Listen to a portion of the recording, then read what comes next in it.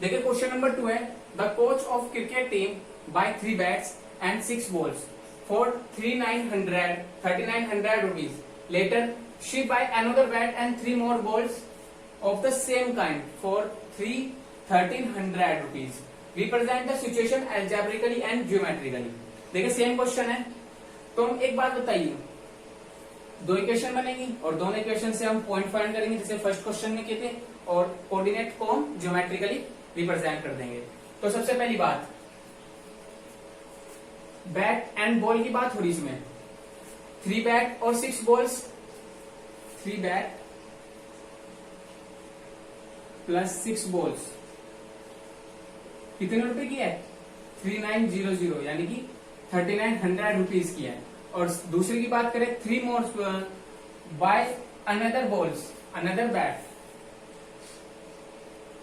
Another bat का मतलब एक बैट उसने और खरीदा, और 3 मोर बॉल्स यानी कि 3 बॉल्स कितने रुपीज में? 1300। ठीक है, अब एक छोटी सी बात है, इधर रुपीज में है तो इधर भी वैल्यू हम रुपीज में चेंज करेंगे। तो सबसे पहली बात, बैट की वैल्यू हम क्या मान लेंगे? x, और y, बॉल की वैल्यू हम y।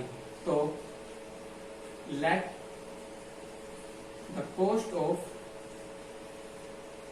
Bat is equal to x rupees and let the cost of ball is equal to y rupees. So जो हमारी क्वेश्चन 1 होगी वो क्या बनेगी? देखिए फ्री बैट, बैट की जगह वैल्यू हमने क्या मानी? x, तो 3x प्लस कितनी बॉल है? 6 बॉल्स यानी कि 6y, y की वैल्यू सॉरी बॉल की वैल्यू जो हमारी थी वो y है, तो 3x plus 6y is equal to कितने रुपीज है? 3900। ओके, ये हमारी क्या होगी? इक्वेशन 1। अब बात करते हैं इसकी, अनदर बैट था तो 1 बैट खरीदा सो उसने, तो 1 बैट कितना है हमारा? x, और बॉल कितनी है? 3y, कितने रुपीज में? 1300 रुपीज में। तो ये हमारी क्या है? इक्वेशन 2। अब जो हमारी इक्वेशन 1 आ गई, इक्वेशन 2 आ गई, तो सिंपली वर्क हम इनसे कोऑर्डिनेट फाइंड करेंगे। तो चलिए करते हैं, कैसे करेंगे देखते हैं। सबसे first equation 3x plus 6y is equal to 3900। तो छोटी सी बात समझिए, अगर हम x की वैल्यू 100 रख दें, क्या देखते हैं रखे कि x इज इक्वल टू 100, तो y की कंप्लीट अगर वैल्यू निकल जाती है तो हमारा वहां से कोऑर्डिनेट मिल जाएगा। अगर x हमारा 100 है तो 3 multiply 100 plus 6y is equal to 3900। So 300 plus 6y is equal to 3900। Next होगा 6y इज इक्वल टू 39 में से 300 गए तो 3600, तो y is equal to 36 upon 6। तो y की वैल्यू आ जाती है हमारी 600, तो y की वैल्यू आ जाती है हमारी 600। तो x तो हमारा 100 है और y हमारा क्या आ गया? 600। तो जो हमारा कोऑर्डिनेट A मिल गया वो हमें क्या मिला है? 100 और 600। कोई प्रॉब्लम नहीं है। अब करते हैं हम इसके सेकंड पॉइंट के लिए, यानी कि सेकंड कोऑर्डिनेट के लिए। देखिए जब y की वैल्यू हमने 100 रखी तो इसकी जो वैल्यू थी हमारी 600 आई। अब हम x की वैल्यू क्या रखते हैं? x की वैल्यू रखते हैं, सपोज कर लीजिएगा मेरे को मन में, मैं तो यहाँ x की वैल्यू 600 रखता हूँ। ठीक है, चलिए x की वैल्यू 600 रखते हैं। Equation E2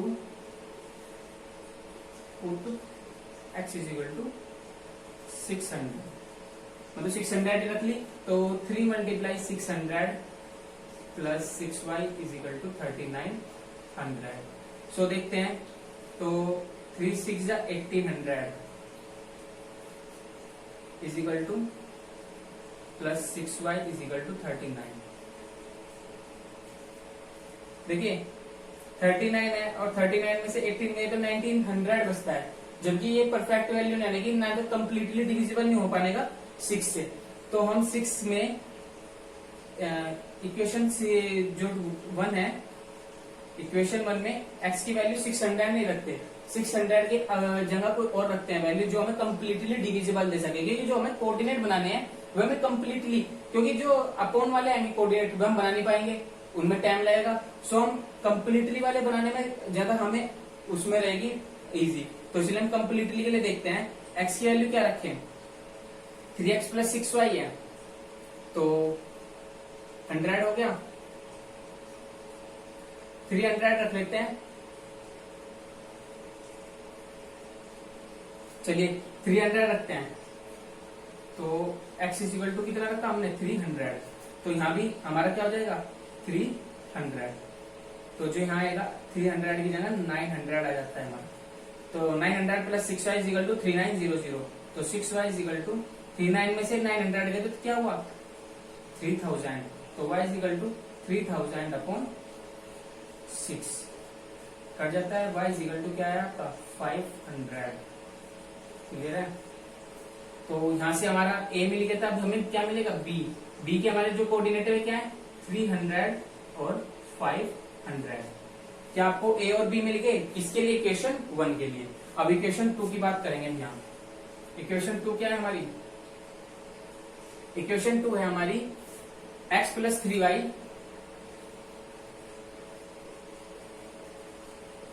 = 1300। अब देखें इक्वेशन 2 में क्या रखेंगे वैल्यू x की, जो हमारा ये कंप्लीटली हो जाए, 100 रखते हैं, x = 100, पुट इक्वेशन E2, तो देखते हैं 100 + 3y = 1300, सो 3y = 1300 - 100, सो 3y = 1200 और y = क्या जाता है हमारा 1200/3, तो हमारा जो y आएगा, y की वैल्यू आती है हमारी 400। क्लियर है कि 1200 को 3 से डिवाइड करके 400 आता है हमारा। तो जो हमारा c आया पॉइंट, वो क्या आया, x कितना था हमारा, ये था हमारा x 100 और y कितना था हमारा 400। क्या हमें c में x और y की वैल्यू मिल गई। अब हम d की निकालते हैं, क्योंकि हम 2 पॉइंट इसलिए निकालते हैं, हमें कोई भी लाइन क्रिएट करने के लिए 2 पॉइंट्स की नीड होती है। अब देखिए c मिल गया, अब हमें d बनाना है, तो देखते हैं हम क्या वैल्यू रखे। x की वैल्यू हमने 100 रखे, देख ली तो 400 आया। अब अगर हम इसमें 200 रखें तो ये 1100 हो जाएगा। चलिए अगर 400 रखे तो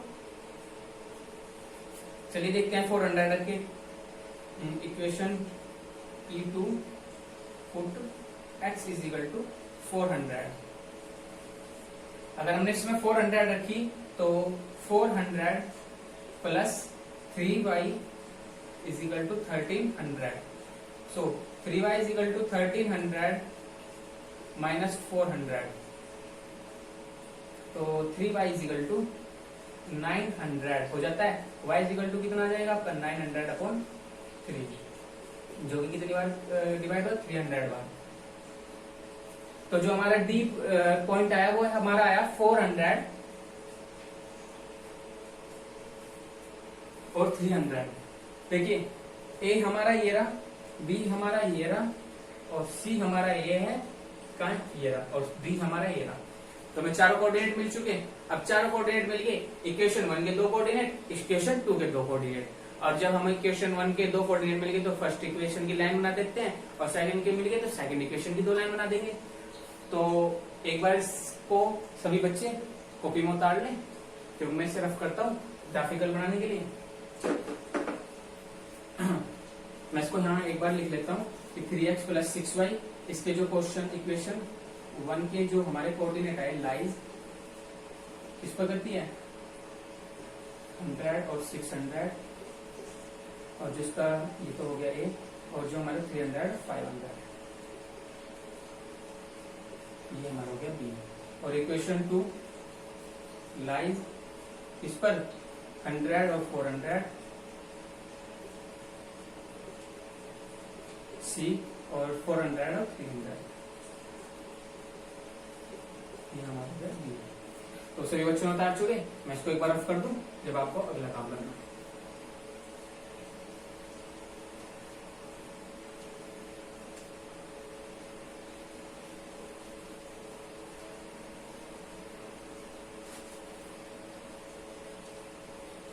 तो देखिए आपके पास इक्वेशन 1 थी, इक्वेशन 2 है, इक्वेशन 1 और इक्वेशन 2 के आपको कोऑर्डिनेट पता है, बस आपको ग्राफिकल बताना है। ग्राफिकल कैसे बताएंगे, चलिए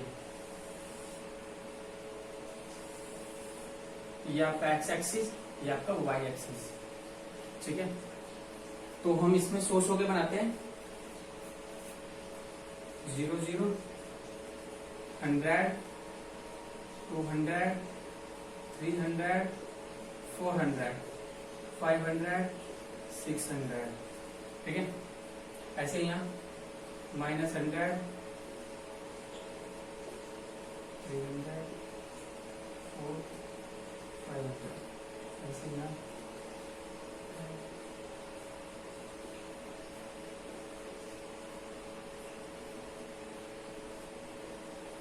600, ऐसे -100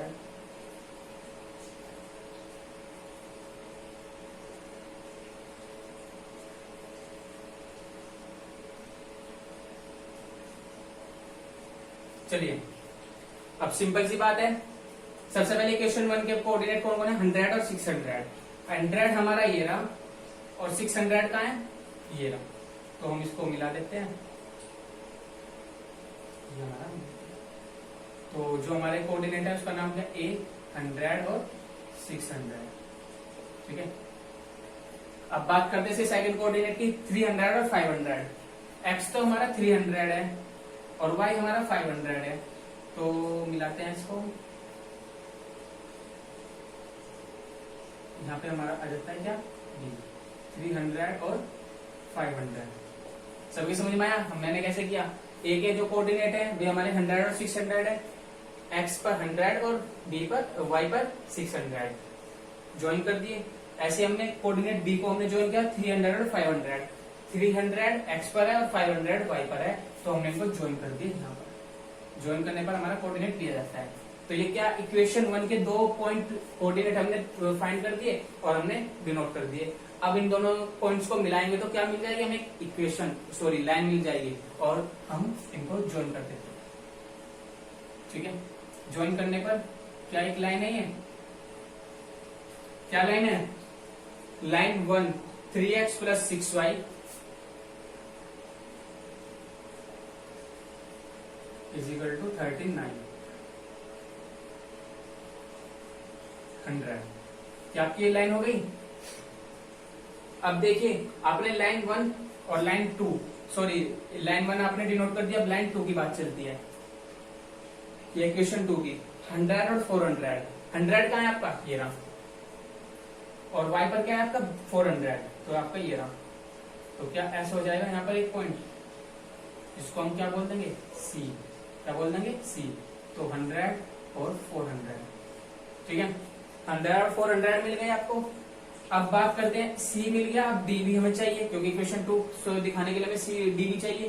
तो 400 और 300, तो 400 हमारा ये है और 300 कहाँ है, ये रहा। देखिए कुछ ऐसा हुआ क्या, x पर 400 और y पर 300, तो क्या हम इसे ऐसे लिख सकते हैं 400 और 300, ठीक है। क्या मिल गया हमें, D। देखिए हमें C मिल गया और यहाँ मिल गया D, क्या हम इन दोनों को ज्वाइन कर देंगे, ज्वाइन कर देते हैं।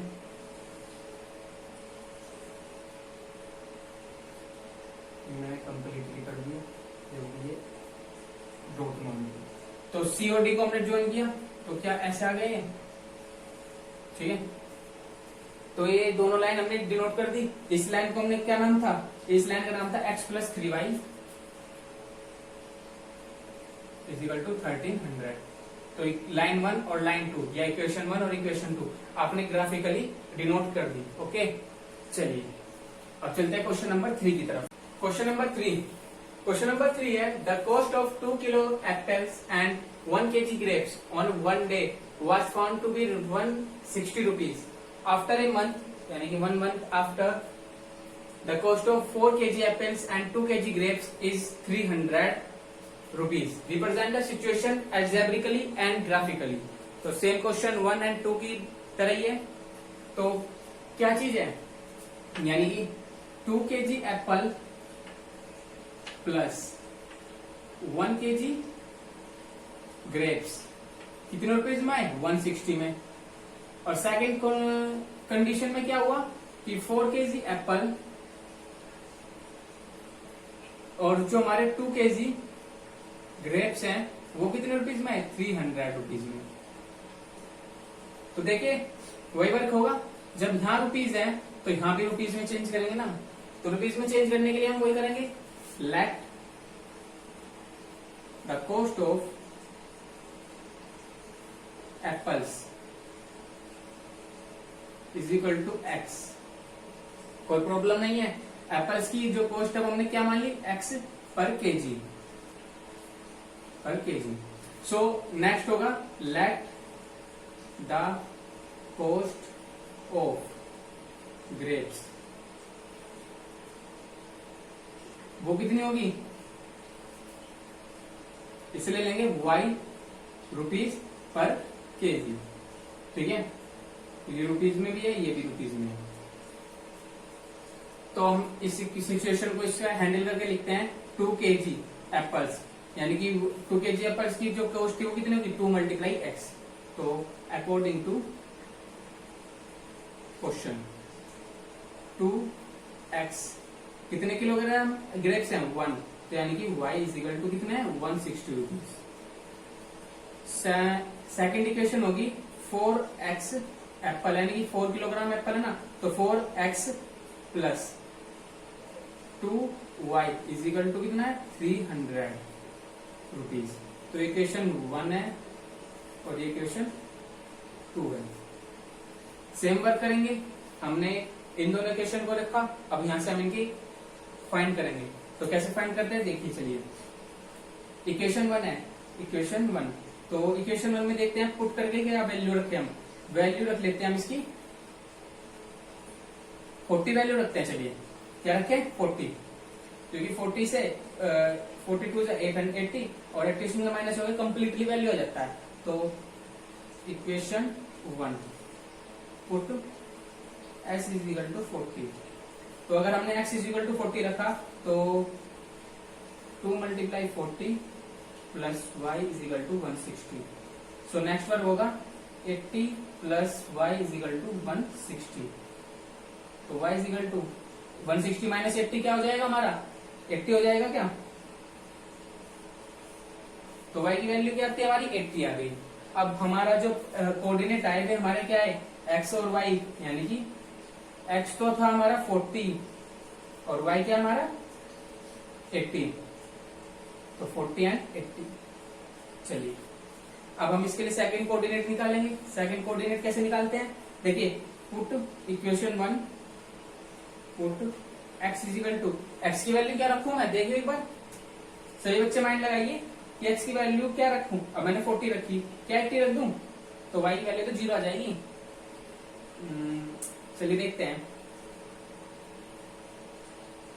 मैं रख देता हूं 60। हाँ, x इज इक्वल टू 60 रखते हैं। चलिए तो हमने x की वैल्यू 60 रखी, तो 2 multiply 60 plus y is equal to 160। So next work होगा 120 प्लस 160 सॉरी प्लस y। तो y is equal to 160 minus 120। So y is equal to हो जाएगा आपका 40। अब देखिए आपके b कोऑर्डिनेट क्या आती हैं? 60, क्योंकि x पहले लिखते हैं 60 और 40। क्या आपका a कोऑर्डिनेट मिलेगा, b कोऑर्डिनेट मिलेगा। इक्वेशन 1 का आपने उद्धार कर दिया। आपको इक्वेशन 1 के लिए लाइन बनाने के लिए 2 कोऑर्डिनेट चाहिए थे, आपको 2 कोऑर्डिनेट पॉइंट्स मिल चुके हैं a और b के लिए। अब बात करते हैं इक्वेशन 2 की। चलिए इक्वेशन 2 क्या है आपकी? इक्वेशन 2 है 4x plus 2y is equal 300। तो देखिए बच्चों 4x plus 2y is equal to 300 है, तो इसमें आप x की वैल्यू में क्या रखे? Value equation 2 put x is equal to 2 में उधर चले जाएगा, तो कंप्लीटली तो x इज इक्वल टू 50 रख लीजिए 50। तो आपने यहाँ 50 रखा तो 200 plus 2y is equal to, क्योंकि 54 जो 200 plus 2y is equal to 300, तो 2y is equal to 300 minus 200, तो y is equal to 100 sorry, और y इज इक्वल टू आ जाएगा आपका 100/2, जो कि आपका 50 वैल्यू देता है। तो y इज इक्वल टू कितना है आपका 50, ठीक है, और x इज इक्वल टू आपने रखा था 50, तो y भी 50 और x भी 50, क्या कॉम्बिनेशन बैठा है, तो जो आपका c कोऑर्डिनेट हुआ वो आया आपका 50 और 50, ठीक है। अब बात करेंगे हम डी पॉइंट के लिए, डी कोऑर्डिनेट कैसे फाइंड करते हैं। डी कोऑर्डिनेट फाइंड करने के लिए वही E2 इक्वेशन पुट, क्या रखूं x की जगह, x की जगह मैं रखकर देखता हूं 30, अगर मैं 30 रखूं तो 34 जो 120 माइनस हो जाएगा, तो 180 और 90 आ जाएगा, या 40 रख के देखूं, मर्जी आपकी, आप 30 भी रख सकते हैं, 40 भी रख सकते हैं, 50 60 आपकी मर्जी है, चलो मैं 60 रखता हूं पहले, ठीक है। x इज इक्वल टू क्या रखूं 60, तो देखिए 4x प्लस 2y यानी कि 464 जो 20 240 plus 2y is equal to 300, so 2y is equal to 300 minus 240, so 2y is equal to 300 में से 40 गई तो 60, और y इज इक्वल टू क्या आ जाएगा आपका 30, देखिए 30 आएगा, तो आपका जो डी कोऑर्डिनेट है वो क्या आया 60 एंड 30। देखिए आपके पास ए बी है, बी बी है, सी बी है और डी बी है। इक्वेशन 1 के जो आपके पास पॉइंट है ए बी है, और इक्वेशन 2 के आपके पास सी डी है, ठीक है। अब आप क्या करेंगे, ग्राफिकली इसको डिनोट करेंगे, हमने अलजेब्रिकली हमने डिनोट कर दिया, आप ग्राफिकली डिनोट करते हैं, तो ग्राफिकली डिनोट करने के लिए यही वर्क होगा सिंपल,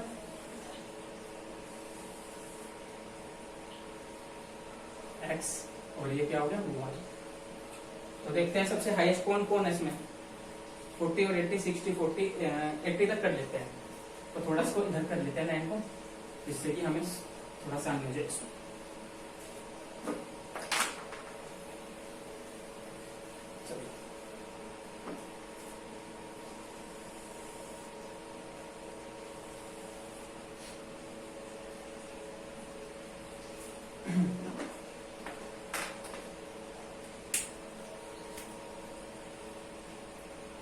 tan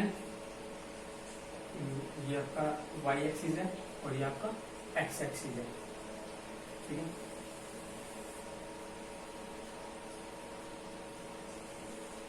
चलिए ये आपका x एक्सिस और ये y एक्सिस, तो tan 20 यहाँ क्या होगा आपका 0 0, ठीक है।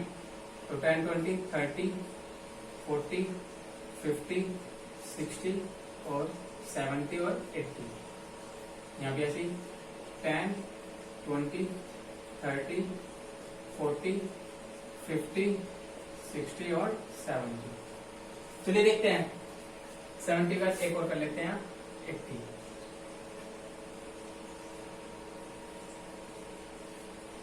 सबसे फर्स्ट है ए 40 और 80,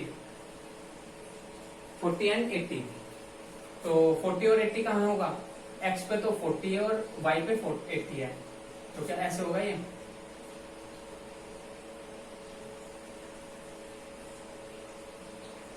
यहाँ पर हमारा a कोऑर्डिनेट 40 और 80 मिल गया। चलिए a के बाद हमारा b क्या है 60 और 40, यानी कि x पर तो 60 और y पर 40, 60 एंड 40, तो ये हो गया हमारा e।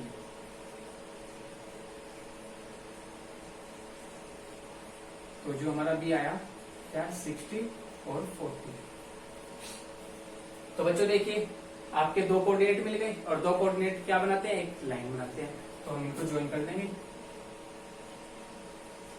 ज्वाइन करने पर ये कुछ ऐसे दिखेगी, तो इसका जो लाइन का नाम था वो क्या था ए और बी, यानी 40, इस लाइन को हम बोल दे रहे 2x plus y is equal to 160, 2x plus y is equal to 160। Clear है। चलिए अब हमारी लाइन 1 होगी डिनोट, अब लाइन 2 को डिनोट करेंगे, ठीक है।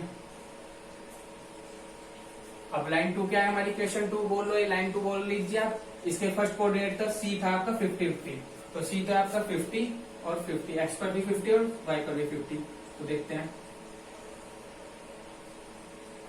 क्या ये ऐसे आकर मिलेंगे। तो जो यहाँ होगा क्या होगा,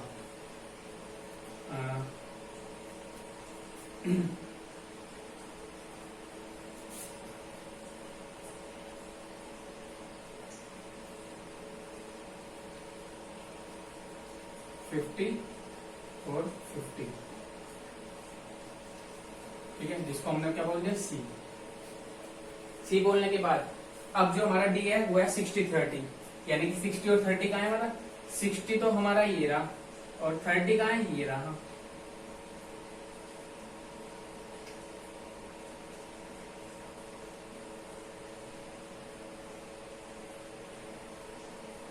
सिक्सटी और 30 हमारा ये रहा, तो हम इनको मिला देते हैं। चलिए, तो ये हमारा डी आ गया 60 और 30, ठीक है। अब सी कहाँ था हमारा, ये, और डी हमारा ये रहा, तो क्या हम इनको मिला देंगे। चलिए, तो जो हमारा डी आया मिलकर, उस इक्वेशन का नाम क्या था, इक्वेशन का नाम था 4x + 2y = 300। तो ये हमारा ग्राफिकल हमने रिप्रेजेंट कर दिया। इक्वेशन 1 ये रे, ए बी हमारे इक्वेशन 1 है और सी डी हमारे इक्वेशन 2 है। तो जो हमारे इक्वेशन 1 थे वो किस किस पे लाई करता था, इक्वेशन 1 लाइज सी और डी पे, यानी कि ए और बी पर 40 और 80, इसको हमने ए बोल दिया था, और बी क्या था हमारे, बी था हमारे 60 और 40। और जो इक्वेशन 2 थी वो हमारी लाइज किस पर कर रही थी, सी और डी पे, यानी कि सी हमारा था 50-50 और डी हमारा था 60-30। ये हमने इनको रिप्रेजेंट कर दिया, ठीक है। बस इतने काफी था। तो समझ में आई, हमने सबसे पहले इक्वेशन सोल्व करी, इक्वेशन को एल्जेब्रिक फॉर्म में होती है, एल्जेब्रिक में डिनोट किया, और एल्जेब्रिक के बाद इनको ग्राफिकल डिनोट कर दिया।